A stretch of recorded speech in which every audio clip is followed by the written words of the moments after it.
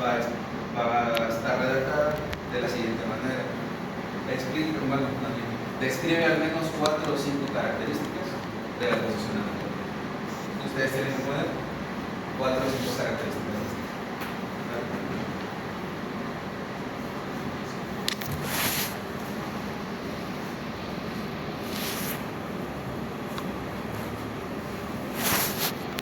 Hay una definición también de saber que es planimetría. La planimetría es una rama de la anatomía que se ocupa para dividir o seccionar al cuerpo en varias partes y facilitar su estudio. A estos ejes o a estos planos les vamos a llamar ejes o le vamos a llamar cortes. Y existen 3 cortes básicos que yo creo que ya los vieron, que es el eje frontal, el eje transversal y el eje sagital. ¿Vale? Todos cortan al cuerpo exactamente a la mitad y es más fácil hacer el estudio de esas personas a través de estos cortes. Vamos con el primero, está súper fácil. Vamos a ubicar el hueso frontal del cráneo y vamos a hacer una línea imaginaria a la mitad y esto nos va a dividir al cuerpo en derecha y izquierda, no hay más. ¿Vale? Corte sagital divide al cuerpo en izquierda y derecha. ¿Tienen alguna complicación con eso? Eje transversal lo vamos a tomar a partir de la cicatriz umbilical. Y ustedes tengan su ombligo, de su ombligo para abajo es inferior, de su ombligo para arriba superior. Fácil. La referencia es la cicatriz umbilical o el ombligo. ¿Sale? Todo lo que está para arriba es superior, todo lo que está para abajo es inferior. Y por último, vamos a tomar como referencia el hueso parietal, donde está la mollera sumida de uno. ¿Sale? Está la mollera, vamos a hacer un corte exactamente a la mitad y el cuerpo se va a dividir en anterior, que es la parte de delante, y en posterior, que es la parte de atrás. ¿Alguna duda con esos 3 cortes? ¿No? Frontal, anterior y posterior, transversal, superior e inferior, y sagital, izquierda y derecha. ¿Estamos bien?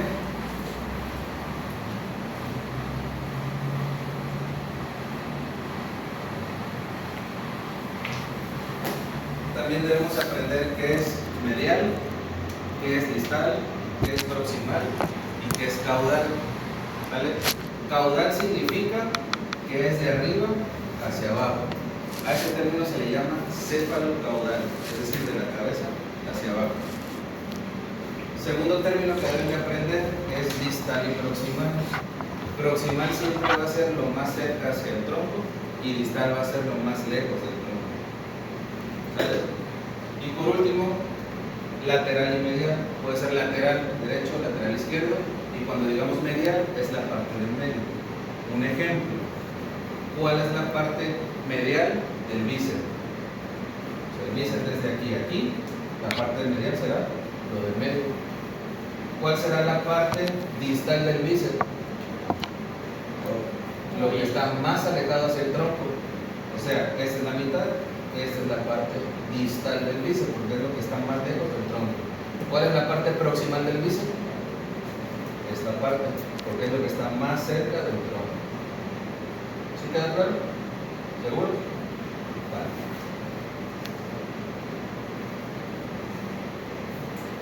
Aquí es un ejemplo de cómo podemos dividir los segmentos y las partes del cuerpo. Zona cefálica, todo lo que tenga que ver.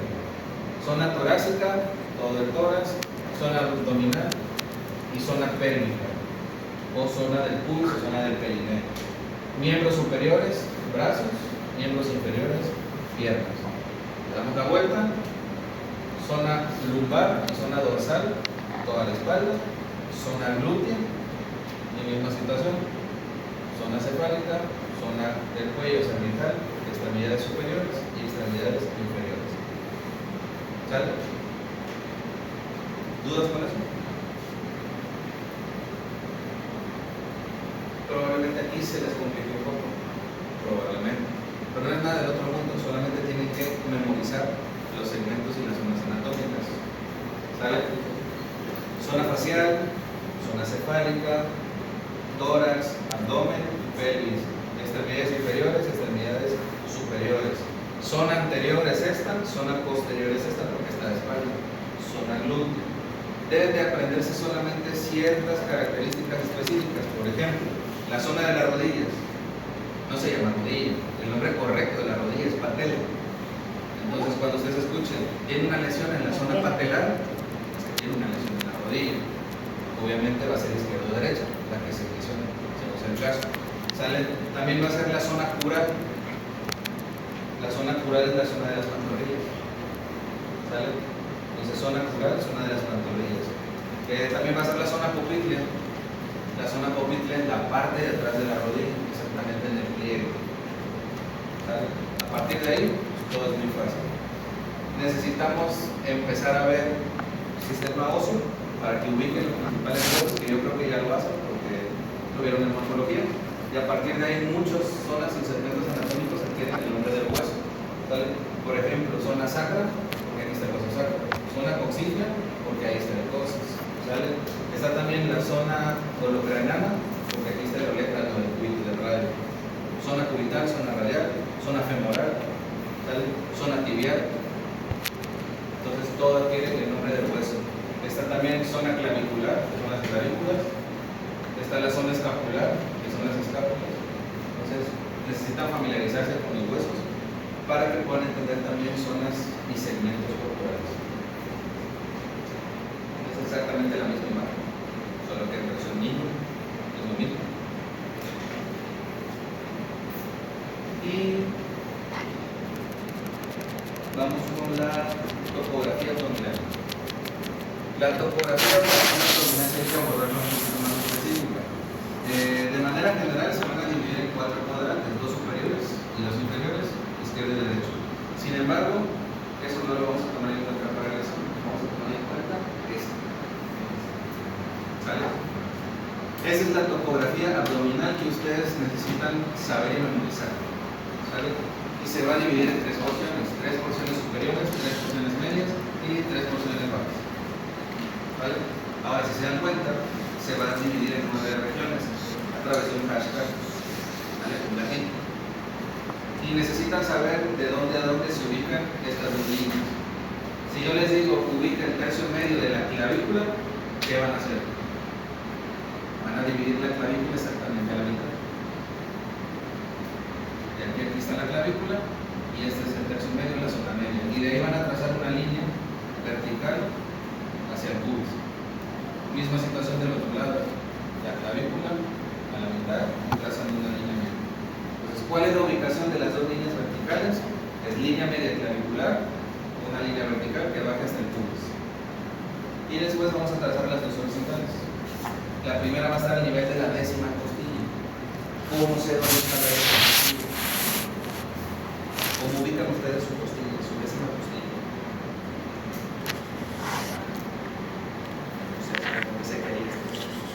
Hay 2 formas. La más fácil es toquen su última costilla y donde sientan del hueco hacia abajo, esa es su última costilla. A nivel de ahí van a trazar la primera línea. La segunda, que es más complicada pero más exacta, ¿sabe? Tocan su clavícula y de ahí se van a ir tocando los huequitos que hay hacia abajo hasta que encuentren en la 10ª. Entonces es más fácil, yo creo, que hacer una inspiración y tocar ahí. Entonces esa es su 10ª costilla. La segunda línea es a nivel de la cresta ilíaca. ¿Dónde está la cresta ilíaca? El huesito de la cadera que le sobresale, esa es la cresta ilíaca. ¿Sale? Por lo tanto, en el examen va a venir esa pregunta. Describe las características del trazado de las líneas de la topografía abdominal. Y es esto, las 2 primeras líneas de la línea media clavicular que se prolongan hasta los pubis. Línea media clavicular que se prolonga hasta los pubis. Y las otras 2 líneas horizontales, una pasa al borde de la 10ª costilla y la otra pasa por la cresta ilíaca. Y esas 2 líneas forman 9 cuadrantes. ¿Estamos bien hasta ahí? ¿Seguro? Ahora, lo más importante, necesitan memorizar el nombre de los 9 cuadrantes. Y lo siento, me van a odiar, pero no me importa en la cuestión. Necesitan saber al menos 2 o 3 órganos que pasan por debajo de cada cuadrante. ¿Qué pasa si tu niño en la primaria, que está en tu clase de educación física, física llega y te dice, maestra, me duele aquí. ¿Qué hay ahí? ¿Qué hay ahí? ¿Cómo se llama este cuadrante? Hipocondrio derecho. ¿Qué tenemos en el hipocondrio derecho? Un ejemplo: el hígado y la vesícula. Entonces, ¿qué sugiere que tiene ese niño? Un problema de la vesícula, pero tú no eres médico para saberlo. ¿Qué hay que hacer? Hablarle a sus papás inmediatamente para que vayan, porque no es normal que le duele a niño, al menos que haya tenido un golpe, que se haya caído en la clase de educación física. De lo contrario, para eso nos sirve a nosotros, para identificar algo que no es normal. ¿Qué tendrá? ¿Quién sabe? Pero al menos no es normal y por lo tanto no me voy a meter en problemas, ni voy a perder mi trabajo. Aviso a dirección para que localicen a los papás del niño. Es un ejemplo. Otra cuestión pues ya será en un entreno, en una escuelita de X deportes, si son adultos, pues bueno, le dirás al entreno que eso no es normal. ¿Sale? Entonces, de arriba para abajo, la parte central se llama epigastrio y a los lados es hipocondrio derecho e hipocondrio izquierdo. ¿Sale? Y ahí están más o menos los órganos que pasan por debajo de esas estructuras. ¿Sale? Para el examen yo les voy a poner esta silueta, pero así, nada más la pura silueta de la línea. Y ustedes van a marcar su dato, su hashtag, y ustedes me van a poner el nombre de cada uno de los cuadrantes y le van a dar dos ejemplos de órganos que pasan por ahí. Ahí está. Epigastrio, la mayor parte del estómago, duodeno, páncreas y estómago, páncreas, acá abajo, hígado, ¿sale? Y el duodeno es la porción principal del intestino delgado. El hipocondrio derecho técnicamente va a estar casi todo el hígado y la vesícula biliar aquí abajito y la parte superior del riñón. Del otro lado, el hipocondrio izquierdo, va a estar el ángulo del colon, va a estar el vaso y la colita del páncreas. Solamente en la parte de arriba. En la parte media se llama mesogastrio y en el mesogastrio está casi todo el colon transverso. El colon es intestino grueso, ¿sale? Está mal dicho decir intestino grueso, su nombre correcto es colon. Entonces va a pasar la porción central del colon, esto se llama colon transverso, la mayor parte del intestino delgado.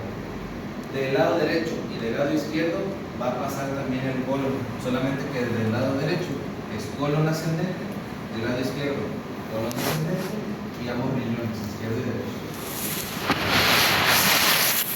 Y en la parte más baja, este es el hipogastrio y las partes laterales se le llaman fosas ilíacas. ¿Vale? El hipogastrio es muy importante porque aquí vamos a tener recto llano y la vejiga. ¿Sale?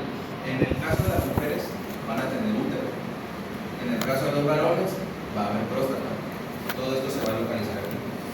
Del lado izquierdo se va a localizar, de la fosa ilíaca izquierda, perdón, de este lado, se va a localizar la parte terminal del colon y del sigmoides, que la curvita del colon se llama sigmoides, y vamos a encontrar en las mujeres ovarios. ¿Sale? Y en el lado derecho vamos a encontrar el apéndice, que es esta puntita de aquí, la principal parte del colon ascendente, y si es mujer, el ovario derecho. ¿Sale? Entonces, varones, pues no tenemos nada más que el colon y el sigmoides. ¿Hasta que alguna duda? La única forma de que se lo aprenda es leyéndolo y memorizándolo. ¿Sale? Nada más de esto, porque son 9 cuadrantes, un acierto cada cuadrante. Y el ejemplo de los dos órganos, otro acierto cada uno. Ya nada más en eso son 18.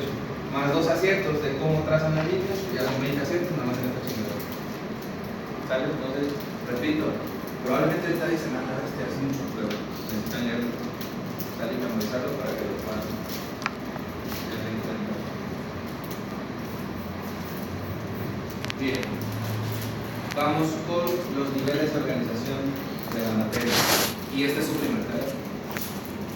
¿Vale? Esta es su primera tarea. ¿Qué es lo que quiero que hagan? Para facilitarles la vida, googleen este mapa, recórtenlo y peguen en su libreta. ¿Sale? ¿Y qué es lo que van a hacer ustedes en su tarea? Darle una definición a cada uno de los campos. Es decir, me van a definir qué es una biomolécula inorgánica. Aquí van a poner la definición. Me van a poner la definición de agua y me van a definir las sales minerales y cuáles son las más importantes, que aquí son sodio, potasio, calcio, magnesio, fósforo y cloro. ¿Sale? En las orgánicas me van a definir qué es una biomolécula orgánica y me van a definir qué es un hidrato de carbono, qué es un lípido, qué es una proteína, qué son los ácidos nucleicos. ¿Sale? Y acá me van a describir qué es una célula, qué son los tejidos, qué son los órganos y qué son los aparatos del sistema. Entonces, no hay problema, imprima el esquema, péguenlo y a un ladito pongan la definición. Si lo quieren hacer desde cero, pero sí tiene que ser en su libro. ¿Sale? Esa es su primera tarea. Ya llevaron bioquímica, me estaban comentando, la mayoría, y ya llevaron morfología. Es importante tener en cuenta las moléculas orgánicas porque interfieren mucho en los procesos de los sistemas que vamos a ver. ¿Vale? Por ejemplo, sistema muscular, ¿qué necesita para que el músculo se contraiga y trabaje ese músculo? ¿Qué necesita el músculo para contraerse? No es fuerza. No es fuerza, no, pero de elemento orgánico. No te ves. ¿Cómo se contrae el músculo? ¿Cuál de estos elementos necesita el músculo para contraerse? Y obviamente para generar locomoción, como movimiento. Proteínas. La proteína favorece la regeneración del músculo después del esfuerzo, pero para que se mueva y se contraiga, ¿qué necesita? Exactamente. Los hidratos de carbono cuando se descomponen y se hidrolizan, van a generar moléculas de glucosa. Pero la glucosa por sí sola no va a hacer que el músculo se mueva. ¿En qué se necesita descomponer la glucosa? En ATP. Y el ATP en ADP. Entonces todo eso viene desde los hidratos de carbono. Las proteínas ayudan a la regeneración del músculo, ¿sale? Pero si nosotros nos comemos un bistec y lo metabolizamos, lo digerimos en el estómago, la proteína no se va a absorber por sí sola. Necesita descomponerse en un elemento más pequeño, que serían los aminoácidos. Los aminoácidos ya son los que se aprovechan directamente en el músculo para que se vaya regenerando. Y a partir de ese metabolismo va a generar un producto de desecho que se llama creatinina. Y la creatinina realmente es lo que nosotros estamos eliminando a través de la orina. Entonces, aquí necesitamos ver qué se necesita para el sistema muscular, qué se necesita para el sistema digestivo y qué se necesita para el sistema renal. Entonces, necesitamos conocer estos elementos. Misma situación con los lípidos. Las grasas no se metabolizan ni se digieren por sí solas, se tienen que convertir en ácidos grasos. Y los ácidos grasos se convierten en glucosa y la glucosa en ATP, toda la cadenita de glucosa. ¿Vale? Es indispensable. Ahora, todo proceso de hidrólisis necesita agua y todo proceso necesita sales minerales. Ejemplo, el sistema muscular. Bueno, hay tres tipos de músculo, ya si lo recuerdan: músculo esquelético, músculo cardíaco y músculo liso. ¿Sale? El músculo cardíaco que está en el corazón necesita potasio para poder contraerse. ¿Sale? Entonces necesitamos saber la composición y las características del potasio. Pero por su parte el sistema musculoesquelético, que es la mayoría de los músculos que tenemos, no necesita potasio, necesita calcio para poder generar ese proceso de contracción. Otro ejemplo, el cerebro. El electrolito que necesita el cerebro para funcionar es el magnesio, en menor cantidad del sodio. Necesitamos nuevamente saber cuáles son los elementos minerales y dónde, con qué parte actúan y cuál es el sistema que utiliza unos y cuál utiliza otros. Y en este lado pues es toda la cascada de agrupación de células para que nosotros podamos entender. Un grupo de células van a formar tejidos, un grupo de tejidos van a formar órganos como el corazón, el páncreas, el hígado, y un grupo de órganos forman aparatos y sistemas. Por ejemplo, ¿cuántos órganos forman el sistema renal? El sistema por el cual a través orinamos. ¿Cuál es el órgano principal del sistema renal? El vaso. ¿El qué? El vaso, no. Ese es el sistema hematopoyético. O los riñones, ¿no? Pero aparte de los riñones, ¿qué otros órganos comprende el sistema renal? El hígado. No, ese es el digestivo. Los riñones, los uréteres, la vejiga, la próstata en caso de los varones y la uretra. ¿Qué elementos forman, por ejemplo, el sistema digestivo? Estómago, intestino delgado, intestino grueso, páncreas, hígado, esófago. Todos estos son órganos, pero que juntos forman un sistema. ¿Sale? Y es así como lo vamos a ir estudiando. ¿Alguna duda con su tarea? ¿No? Estos son los que yo les organizo. en el cual nosotros nos vamos a quedar hasta la categoría celular, con el último elemento que es el organismo. Ya ustedes en otras materias como sociología, pues verán la población, la comunidad, el ecosistema, en ecoturismo deberían de ver eso, cómo está constituida la biosfera y el ecosistema. Se supone que ustedes tienen que ver el terreno en el cual van a ir a trabajar y hacer sus actividades, pero bueno, ya puro cotorreo por turismo. Bien, nosotros vamos a quedar solamente hasta aquí, a nivel orgánico. Y este esquema es el mismo que este, ¿sale? Pero con dividir. Esta es otra pregunta abierta de examen. Describe los niveles de organización de la materia y ustedes tienen que poner toda esa cadenita. No quiero que me den definición de cada uno, solamente que los mencionen en ese orden. Células, tejidos, órganos, sistemas, individuo, población, comunidad, ecosistema y biosfera.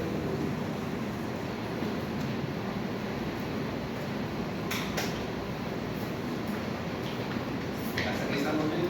Una pregunta. Están muy callados. Doy por hecho que están entendiendo todo. Bien. Vamos con la célula.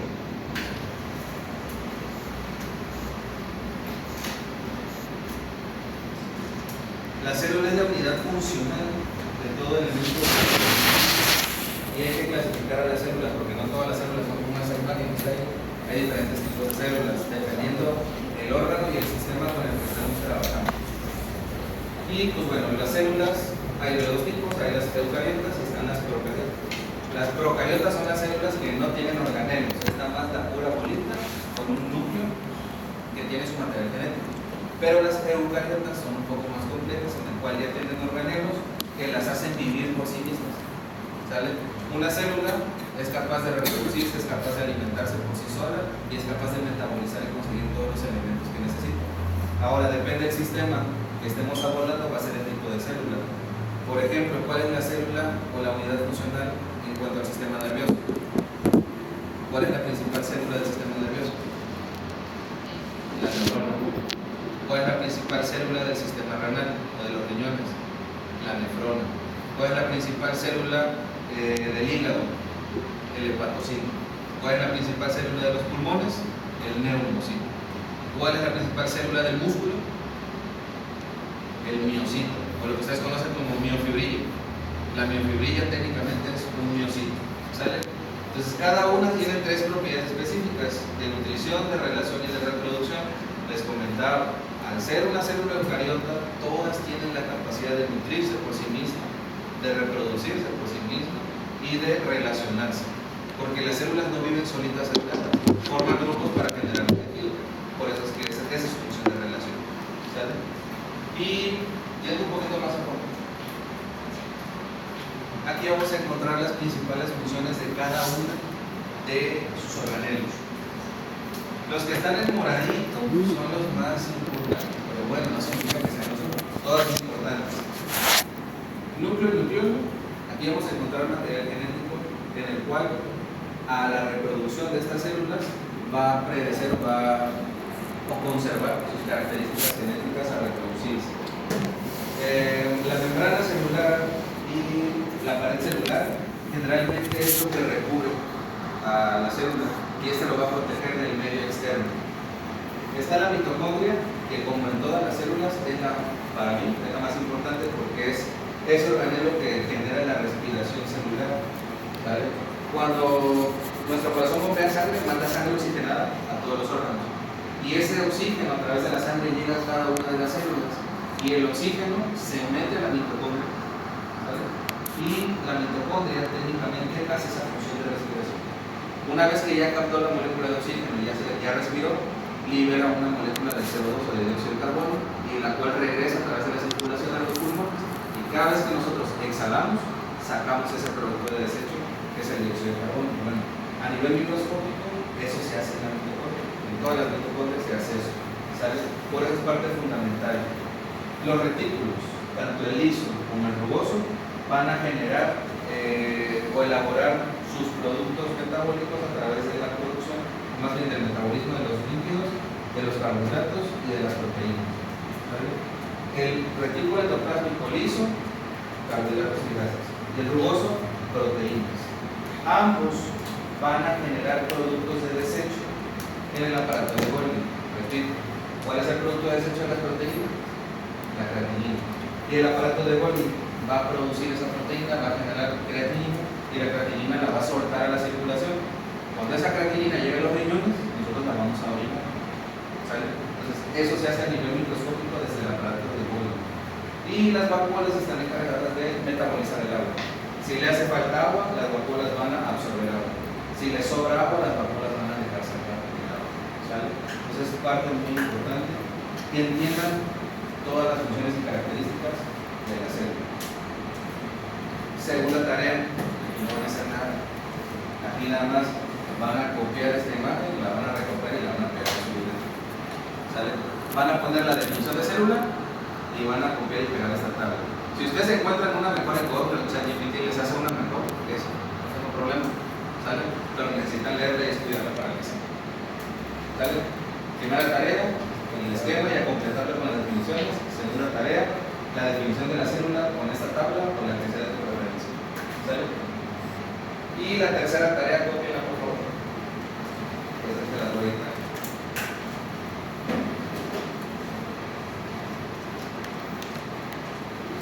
Van a investigar los procesos vitales básicos del organismo. Procesos vitales básicos del organismo.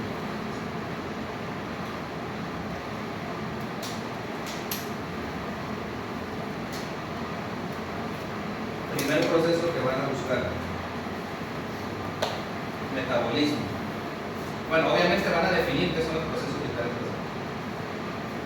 El primer proceso vital que van a buscar va a ser metabolismo. El segundo va a ser movimiento.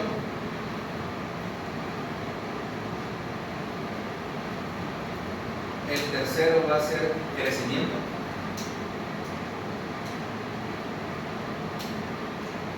Cuarto va a ser diferenciación.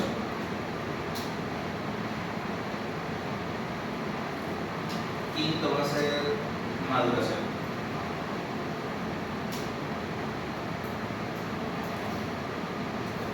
El sexto va a ser reproducción.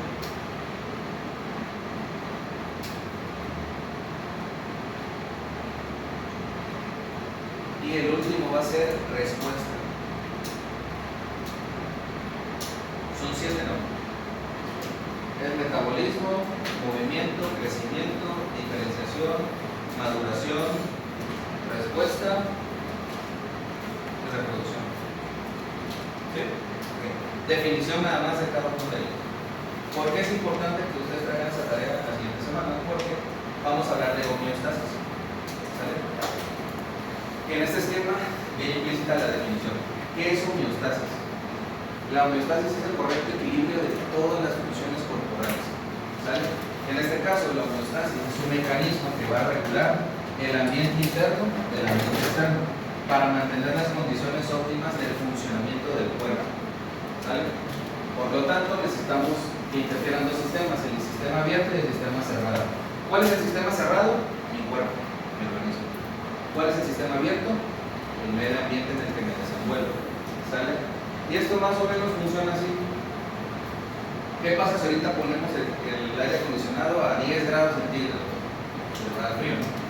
¿Qué van a hacer ustedes para controlar? Ustedes, racionalmente, ¿qué harían? Bueno, Se ponen un suéter, ¿qué más harían? Moverse. Le suben la temperatura, de tanto lo apagan, ¿no? Pero inconscientemente, ¿qué es lo que hace su cuerpo? Para tratar de disminuir ese frío. ¿Vale? Tratar de regular la respiración. ¿Cómo? estímulos de movimiento. La respiración, ¿ok? ¿La aumenta o la disminuye? La disminuye. Al revés. La aumenta. ¿Qué más? Ahorita te digo por qué. ¿Qué más? ¿Qué más hacemos nosotros? Temblar. ¿Qué más hace nuestro cuerpo inconscientemente con el frío? Movimiento. Exacto. Tiembla. ¿Por qué tiembla? Para que se muevan los músculos. Exactamente. Porque ese movimiento va a generar calor, lo que va a disminuir, lo que va a aumentar la temperatura corporal. Empezamos a respirar más rápido. ¿Por qué? Porque necesitamos generar calor. ¿Vale? Pero aparte porque empieza a ahogarse entre no. internamente se empieza a aumentar la circulación, empieza a aumentar la frecuencia cardíaca, empezamos a respirar más rápido y todos esos son mecanismos para generar calor.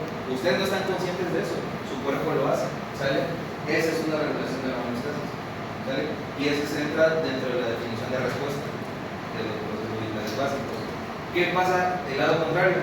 ¿Qué pasa si ahorita ponemos el aire acondicionado a 40 grados centígrados? ¿Qué hacen ustedes racionalmente para disminuir el calor? No, racionalmente. Abre la puerta,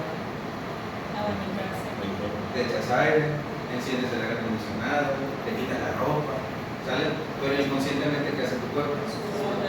Se activa el hipotálamo para regular la temperatura y empieza a generar sudoración. ¿Qué es lo que se busca con la sudoración? ¿Vale? Buscar enfriar. ¿Y de dónde es donde sudan primero?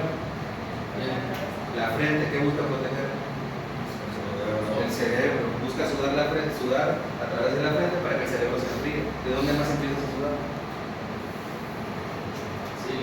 Axilas y tórax. Ustedes cuando vayan a hacer actividad física vean que lo primero que se empieza a mover es el tórax. Y es por eso, porque lo que se busca es aumentar la sudoración para que se moje y disminuya la temperatura de órganos vitales. Ya saben cuáles son los órganos vitales, ¿no? Por los órganos vitales: cerebro, corazón, pulmón y riñón. Es lo que se busca enfriar, ¿sale? ¿Qué pasa ahorita ustedes si no hubieran desayunado? Hasta ahorita no han consumido alimento. Tienen hambre, ¿no? ¿Okay? ¿Qué es lo que hace su sistema digestivo cuando pasa eso? Movimiento intestinal. Movimiento intestinal. No tanto. Están en ayuno y ya tienen un chingo de hambre. ¿Qué va a pasar con la glucosa? Baja, se van a marear, van a tener sueño. ¿Qué es lo que hace su cuerpo para compensar eso? Produce una hormona que se llama glucagón. Y ese glucagón lo que va a hacer es liberar glucosa que ya ustedes tienen almacenada como reserva energética para aumentar el nivel de glucosa y no se desmayen. ¿Vale? Pero eso ustedes no lo controlan. Ustedes no le dicen al páncreas: oye, voy a hacer produce el glucagón, ¿no? Ustedes no lo controlan, lo controla el sistema corporal. Ahora, caso contrario, si acaban de ir con la abuela y se chingaron 10 tacos, están mareados, tienen un chingo de glucosa. ¿Qué es lo que hace su páncreas? ¿Cómo la regula? Su páncreas empieza a producir un chingo de insulina para tratar de disminuir los niveles de glucosa que ustedes acaban de ingerir. Eso ustedes no lo van a controlar. Eso lo hace a través de los procesos homeostásicos básicos, ¿sabes? Entonces, a eso se le llama homeostasis. Y esto tiene que ver con el sistema simpático y parasimpático, que lo vamos a ver en el sistema nervioso. ¿Hasta aquí tienen alguna duda? Me ven muy raro, me ven así como que poco de pocos amigos, pero bueno. ¿Cuántas tareas llevan? Esa tarea es para el siguiente viernes 22. 20. Para el día 27. Examen, y me van a traer otra tarea. Esa es para dentro de 2 semanas. Faltan 15 días para eso. Esa va a ser su paso para el examen. Van a hacer un cuadro, no sé, un mapa conceptual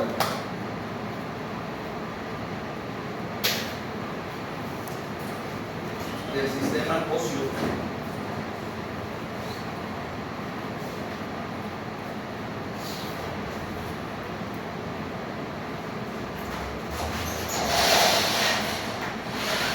En el cual van a poner el sistema óseo y van a poner 2 líneas: el esqueleto axial y el esqueleto appendicular. Y a partir de ahí, en cuántas partes se divide el esqueleto axial y en cuántas partes se divide el esqueleto appendicular. Lo puede traer en su libreta, lo puede traer en una cartulina, en un papel, como ustedes quieran, pero traen, ¿vale? Ahí no lo limito. Y todo tiene que ser a mano, nada digital. Perdón. ¿Vale? Por hoy es todo. Les vuelvo a ofrecer una disculpa por el incidente. No tuve la culpa, tampoco ustedes. Nos vemos la siguiente semana a las 11 y con las 3 tareas que ya tienen pendientes. ¿Del uniforme hay problema? Porque me han esperado si quieren.